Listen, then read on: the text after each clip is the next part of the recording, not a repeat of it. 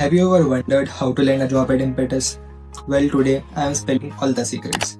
A lot of people keep asking me on LinkedIn, भैया आपका interview experience कैसा था? How did you manage to crack it? And there are a lot of questions. So today this video is dedicated to the audience who really wants to do something big in life, who really wants to join Impetus or any of the IT firm who is just graduated from their college or a fresher or is just beginning his first year, second year and is struggling to find the right path. So hello दोस्तों, this is Bhavesh working as a software developer at Impetus and today in this video I am going to share my complete interview experience from how I got this opportunity to the actual interview process and how did I manage to crack it. And also at the end I'll be giving you a tip, that is you can say an extra tip that will increase your chance to get a job at Impetus, because I'll be showing you how you can apply efficiently at Impetus. Impetus कैसे actual में higher करता है and what all things Impetus looks एक candidate के अंदर वो क्या देखता है. पर आप ये सोच रहे होंगे कि लाइक गूगल का क्यों नहीं, माइक्रोसॉफ्ट का क्यों नहीं, अमेजोन का क्यों नहीं, या और कोई फैंग कंपनी का क्यों नहीं. बिकॉज आजकल यूट्यूब पर कोई ग्राउंड लेवल पर बात ही नहीं करता है. ग्राउंड लेवल पर बात लाइक हर कोई ना गूगल ज्वाइन करेगा, माइक्रोसॉफ्ट ज्वाइन करेगा और ना ही वो ज्वाइन करेगा अमेजोन को. There are a lot of people who is just graduated and they just want to start their career in an IT firm. और Impetus जैसी अंडररेटेड कंपनी के बारे में लोगों ने इतने लिमिटेड रिसोर्सेज है कि आज मतलब बच्चों को यही नहीं पता कि Impetus हायर कैसे करती है, क्या उसका इंटरव्यू प्रोसेस है. और they really struggle a lot कि फिर वो उन्हें पूछना पड़ता है, लिंक्डइन पे मैसेज करते हैं कि लाइक हम कैसे अप्लाई करें, इसका इंटरव्यू एक्सपीरियंस कैसा है और कल्चर कैसा है. तो इस वीडियो के अंदर मैं पूरा इंटरव्यू एक्सपीरियंस शेयर करूंगा मेरा, एंड ये वीडियो टेक्निकल एस्पेक्ट में ज़्यादा जाएगा because I want to cover my each and every aspect of the interview. कितना टेक्निकल डेप्थ में उन्होंने पूछा, क्या आप एक्सपेक्ट कर सकते हो और क्या आप लर्निंग और कैसे आप इंस्पायर हो सकते हो, मेरे इंटरव्यू एक्सपीरियंस से आई कैन शेयर यू. सो चलिए शुरू करते हैं. Impetus के बेसिकली 4 राउंड्स होते हैं. पहला राउंड होता है OA, देन उसके बाद में आपके 2 टेक्निकल राउंड्स होंगे and then fourth one is your HR और मैनेजरल राउंड. अब ना ऑनलाइन असेसमेंट के बारे में अगर डिस्कस करें तो ऑनलाइन असेसमेंट होता है 120 मिनट्स का. इन 120 मिनट्स आपको 3 सीक्वल क्वेश्चंस मिलेंगे एंड 3 DSA क्वेश्चंस मिलेंगे. सीक्वल क्वेश्चंस आप एक्सपेक्ट कर सकते हो इजी, मीडियम, हार्ड लेवल का, एंड सिमिलरली DSA में भी आप इजी, मीडियम और हार्ड तीनों लेवल एक्सपेक्ट कर सकते हैं. एंड टॉपिक्स अगर मैं बताऊं सीक्वल के तो वो हो सकता है जॉइन हो सकता है, एग्रीगेट फंक्शंस हो सकते हैं. एग्रीगेट फंक्शंस के बाद आपके जो बेसिक डेटाबेस क्वेरीज होती है, सिलेक्ट स्टेटमेंट यूज करते हैं. तो आपको कोई भी रिकॉर्ड दे देंगे, लाइक स्टूडेंट का रिकॉर्ड दे दिया या बुक्स का रिकॉर्ड दे दिया और एक सिनेरियो दे दिया आपको. उसके बेसिस पे कुछ क्वेरीज होती है, वो क्वेरीज आपको रन करके कुछ टेस्ट केसेस रहते हैं, उसको पास करवाना होता है. सिमिलरली आप DSA में एरेज और स्ट्रिंग एक्सपेक्ट कर सकते हैं. लास्ट वाला क्वेश्चन थोड़ा सा ट्रिकी रहता है, लाइक मेरे वाले केस में वो एरे पार्टीशनिंग टाइप का एक क्वेश्चन था जिसके अंदर मुझे एक एरे का पार्टीशन करके दूसरे एरे में ऐसा सब एरे उसको चेक करवाना था. तो that also I am able to do after bit of hassle, थोड़ा सा हिट एंड ट्राई और ड्राई रन करके मैंने उसको कर दिया था. तो लास्ट क्वेश्चन थोड़ा सा ट्रिकी रहता है जहाँ पर आपको थोड़ा सा फोकस्ड होके उसको टैकल करने की ज़रूरत होती है. उसके बाद इट डिपेंड्स, आपका OA क्लियर होता है तो आपके टेक्निकल इंटरव्यूज जो रहते हैं और जो आपका HR और मैनेजरल राउंड रहता है वो आपका ऑनलाइन होता है या ऑफलाइन होता है. क्योंकि मेरे केस में मैं इंदौर में था तो मुझे Impetus ने अपने कैंपस में इनवाइट करा था फॉर ऑफलाइन राउंड्स. तो मेरे सारे राउंड एक ही दिन में हुए थे और उसी दिन में मुझको रिजल्ट भी बता दिया था. तो डिस्कस करते हैं अबाउट टेक्निकल राउंड 1. चलिए, अब टेक्निकल राउंड 1 मेरा लीड सॉफ्टवेयर इंजीनियर ने लिया था. उन्होंने अपने आप को इंट्रोड्यूस करा सबसे पहले मुझको और देन फिर मेरा इंट्रोडक्शन लिया. उसके बाद उन्होंने मेरा रिज्यूम गो थ्रू करा और मुझे फिर पूछा कि आप जावा में या DSA में, क्योंकि मेरे रिज्यूम के अंदर वो स्किल्स मेंशन कर रखी थी मैंने, तो आप उसमें से आपको कितनी रेटिंग्स दोगे. उस रेटिंग के अकॉर्डिंग देन हमारा डिस्कशन स्टार्ट हुआ. They have provided me a paper और उस पेपर पर उन्होंने मुझे कुछ ऑब्जेक्ट ओरिएंटेड के कुछ सिनेरियोज थे लाइक एब्स्ट्रैक्शन और इनहेरिटेंस के, उसमें मुझे जावा का कोड लिखना था और उसके बाद उन्होंने उस पर फॉलोअप क्वेश्चंस करे. ये फॉलोअप डिस्कशन हमारा अराउंड 5 से 10 मिनट चला. उसके बाद उन्होंने मुझसे स्प्रिंग बूट के बारे में पूछा, उसका आर्किटेक्चर पूछा, जैसे मॉडल व्यू कंट्रोलर. अगर आपने स्प्रिंग बूट पढ़ा होगा तो आपको पता होगा MVC क्या होता है और स्प्रिंग बूट में कंट्रोलर, सर्विस, रेपोजिटरी, कितनी लेयर्स होती है. तो ये सब डिस्कशन हमारा बीच में चला देन उन्होंने मेरे से स्टैटिक कीवर्ड पूछा, वॉलेटाइल कीवर्ड पूछा। देन मुझसे ये पूछा कि लाइक ट्रांजिशनल एनोटेशन क्या होता है, ऑटो वायरिंग एनोटेशन क्या होता है, क्या आपने कभी अपने लाइफ में कस्टम एनोटेशंस को इम्प्लीमेंट करा है या कस्टम एनोटेशंस को यूज़ करा है।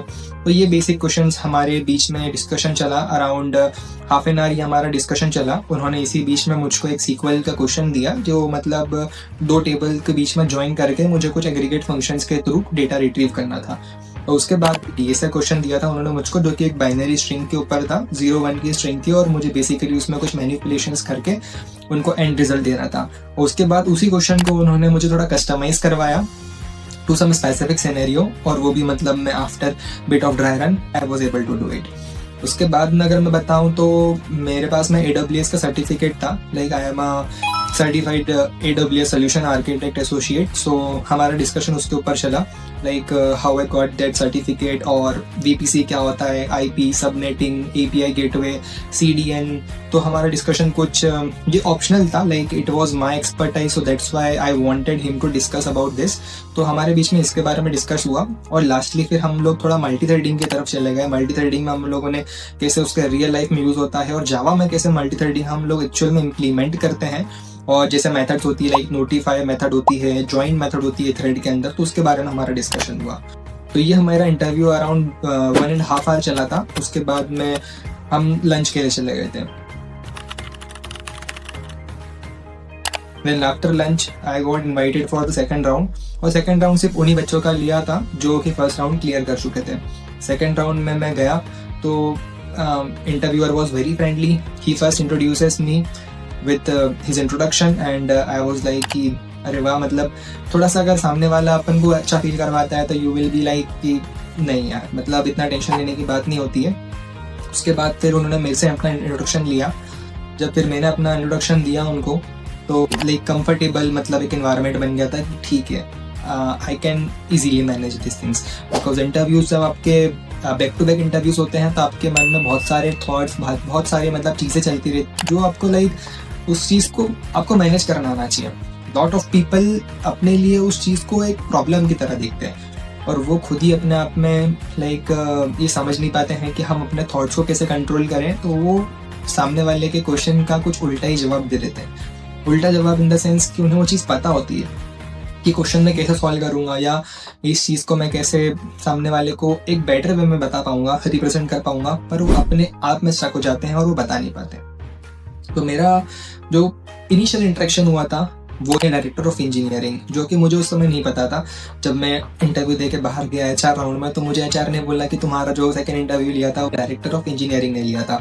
आई वाज सरप्राइज्ड। मैंने बोला अरे मतलब इतने high level, and I am really surprised to know his level of experience. He is 25 years with impetus, so I can't imagine 25 years. So it was really like a surprising thing for me कि director ने मेरा second interview लिया था। Because generally आपका second interview भी like एक lead software engineer या module lead आप बोल सकते हो। So expect your interview to be taken by technical architect. तो हमारा डिस्कशन हुआ अबाउट मल्टी थ्रेडिंग में उन्होंने मुझको दिया कि लाइक ऑन पेपर पे ही होते हैं, दोनों राउंड मेरे ऑन पेपर पर हुए थे। तो इसमें उन्होंने मुझे पेपर दिया और मुझे बोला कि लाइक आप जावा में मल्टी थ्रेडिंग इम्प्लीमेंट करके बताओ। तो मैंने बताया कि लाइक आप थ्रेड क्लास होती है हमारे पास में, एक रनेबल इंटरफेस होता है। ऑन पेपर पे दोनों का इम्प्लीमेंटेशन करवाया, कैसे इम्प्लीमेंट करेंगे थ्रेड की तो बेसिक मेथड्स होती है जैसे नोटिफाई, ज्वाइन, स्लीप। तो ये सारी मेथड के बारे में डिस्कशन हुआ। ये अराउंड हमारा 10 मिनट डिस्कशन चला जावा के मल्टी थ्रेडिंग के बारे में। उसके बाद उन्होंने मुझसे सीक्वल के क्वेश्चन करवाया, एक वो भी ज्वाइंस और एग्रीगेट फंक्शंस के ऊपर था। देन उन्होंने मुझे थोड़ा सा ऑपरेटिंग सिस्टम की तरफ ले गए।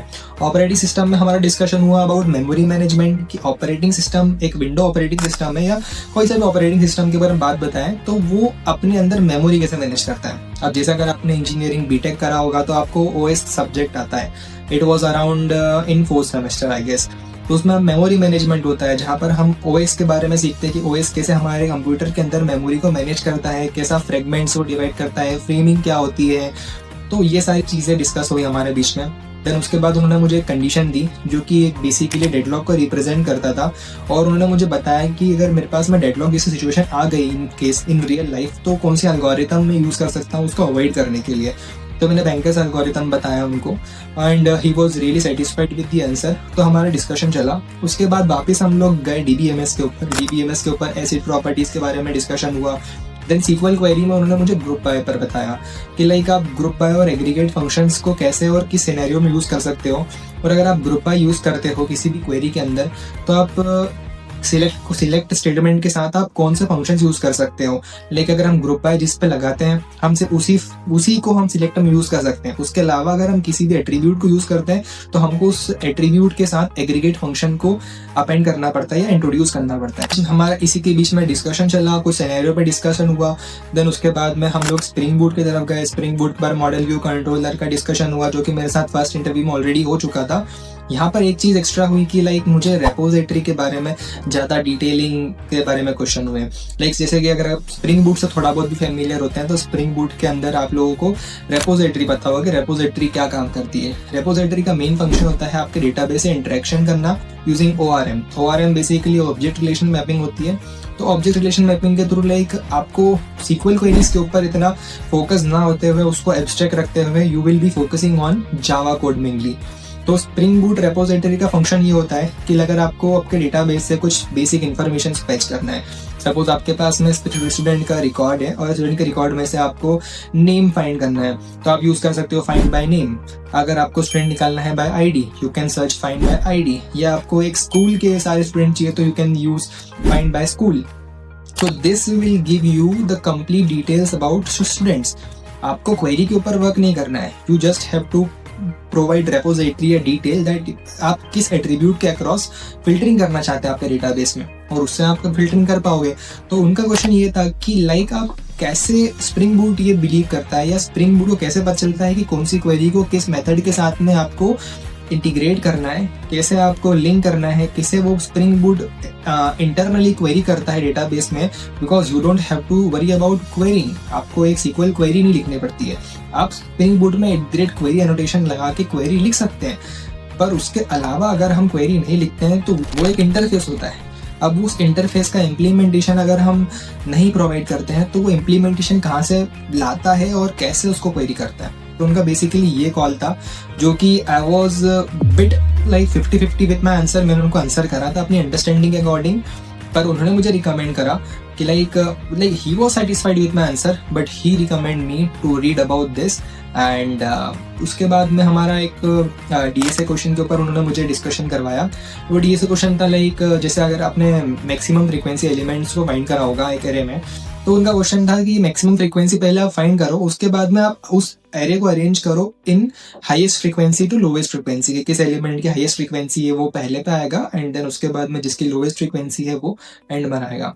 तो इस टाइप से क्वेश्चन था जो कि मैंने करा सॉल्व। उसके बाद में he wants me to optimise the solution, I optimise that. And उसके बाद हमारा डिस्कशन कुछ जनरल क्वेश्चन के ऊपर हुआ, लाइक इम्पेटस का कल्चर, और वो मुझसे चाहते थे कि मैं कुछ क्वेश्चन करूँ। सो आई क्वेश्चन लाइक कि इम्पेटस में मैं अगर ज्वाइन करता हूँ तो how I can grow myself, because apart from working on project, जैसे IT इंडस्ट्री के अंदर एक रिवॉल्यूशन चलता है कि you have to keep up skilling yourself. तो इम्पेटस कैसे एक अपने एम्प्लॉय को अपॉर्चुनिटी देता है कि वो कैसे अपने आप को अपस्किल कर पाए। तो मैंने ये क्वेश्चन पूछा उनसे, मेरी ग्रोथ के बारे में पूछा, इम्पेटस से मैं क्या लर्न कर सकता हूँ और मैं अपने आप को कैसे बेहतर बना सकता हूँ, मेरा interview feedback. And he was really satisfied, he was very generous to be honest. तो like he makes me feel very confident and comfortable throughout the interview process। तो like इसी के साथ मेरा सेकेंड इंटरव्यू अराउंड वो भी 1.5 घंटे चला, और जैसे वो ख़त्म हुआ तो वापस अपने हॉल में चला गया था। And then after that HR come to me and he came with a very big smile. So हाँ, फिर उसके बाद वो मुझे HR राउंड के लिए उन्होंने बोला कि चलो आप चलो एक HR राउंड आपका होने वाला है। तो HR राउंड जिसका भी हुआ लाइक ऑलमोस्ट अपने अगर टेक्निकल राउंड 1 और टेक्निकल राउंड 2 अगर आपके क्लियर होते हैं तभी आप HR के लिए इन्विटेशन आता है आपको, otherwise you will not be invited. And each round is you can say as an elimination round. HR round में बेसिक हमारा डिस्कशन हुआ about my family, about my background, about my past experience and why I want to join Impetus, and also about CTC and compensation. और अगर आपको CTC और compensation पर dedicated video चाहिए तो please comment so that I can prepare a very good video on how you can negotiate, because मैं उसके पहले 1 साल एक्सपीरियंस था कंसल्टेंट में, तो मेरे लिए एक नेगोशिएशन वाला टर्म्स था. If you are joining as a fresher, so you will not get this opportunity to negotiate, but if you have offer in hand, so you can negotiate on that basis. So this was some of the discussion that went through me and the HR, and throughout the process I feel very confident and comfortable. So वो एक issue नहीं था मेरे लिए. On premises interview थे, तो you will be interacting with the interviewer face to face. वहाँ पर आपको एक एडिशनल एडवांटेज मिल जाता है. समटाइम्स वो एक नर्वसनेस भी क्रिएट करता है, but if you are confident on your skill set, so अगर आप फेस टू फेस इंटरव्यू में जाते हैं, तो that would really help you to increase और get a job. Really, because online interviews के अंदर you can't share your emotions, you can't make your interviewer feel that you are aware of the answers. But then in face to face interview वो आप कर सकते हो कि अगर आप किसी क्वेश्चन में स्टक हो जाते हो, but still like वो आपको समझ कर ये पता कर लेते हैं कि yes you are aware of the answer and theoretical concept. के साथ मेरा इंटरव्यू एक्सपीरियंस एकदम अच्छा रहा इम्पेटस से. और अगर आपको कुछ और स्पेसिफिक क्वेश्चंस होते हैं इस इंटरव्यू एक्सपीरियंस से, तो you can comment and I will try कि मैं हर एक कमेंट का आंसर दूं with the best possible manner. Before we end this video, let me share something really important जो आपके चांसेस इम्पेटस ज्वाइन करने के लिए डेफिनेटली इंक्रीज करेगा. Tip 1, focus on your core foundations. Basics strong होने चाहिए, like DSA, Java, SQL. If your foundation is solid, then learning advance technologies become easy and effective. But अगर फाउंडेशन वीक है और आप डायरेक्टली एडवांस टूल पे jump करते हो, it won't give the right results. Always remember, strong foundations are your rocket fuel. Tip 2, consistency. रोज थोड़ा time निकाल के प्रैक्टिस करो. Keep upskilling yourself. Industry evolve हो रही है एट लाइटनिंग स्पीड, और जो लोग कंसिस्टेंटली लर्न करते हैं वही स्टैंड आउट करते हैं. Small regular efforts will take you much further than random big pushes. Tip 3, application process. Your resume is the first impression. Make sure it's strong and clear. अगर आपको resume walk through चाहिए, just drop a comment below and I will plan one. And हाँ, referral really matters. If you can apply through an employee or directly connect with a hiring manager on LinkedIn, chances of getting noticed by HR increases a lot. So guys, बस इतना ही. Strong foundations, consistency and smart applications. Follow this and Impetus join करना बिल्कुल possible है. If this video helped you, hit that like button right now, share it with your friends and subscribe for more career insight. See you in the next one. Till then, keep learning and keep growing.